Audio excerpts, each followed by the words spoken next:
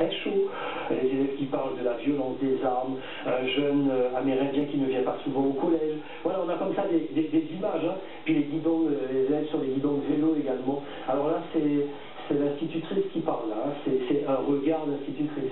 Oui, enfin, une institutrice disons, l'enseignante. Voilà, l'enseignante, oui. C'est surtout celle qui arrive, et comme je vous dis, elle n'a qu'un repère, c'est son poste au collège.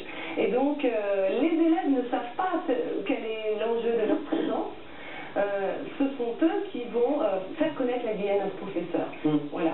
Et donc il y a des tas d'anecdotes, des tas de clichés, des tas de chocs qu'il fallait rendre, et à travers les contes de Sherazade Guyane, pour fidéliser cet homme-là, c'était l'occasion de les enchâsser dans un récit, dans un roman, qui est un type de Soleil Noir aussi. Exactement. Et puis cette histoire d'amour, vous l'écrivez à un moment, elle l'intéressait à 8000 km d'elle et repoussait l'inévitable oubli entre deux amants qui séparent la distance et le temps.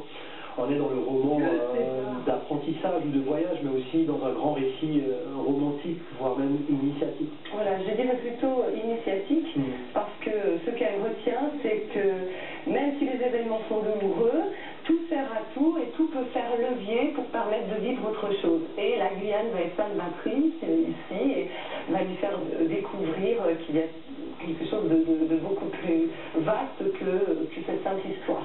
Les trahisons aussi, l'amour n'est pas toujours heureux.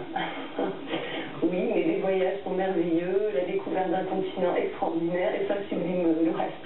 Voilà, en librairie, bien sûr, on peut découvrir Sherazade de Guyane avec Carmen Desgineto. Merci beaucoup.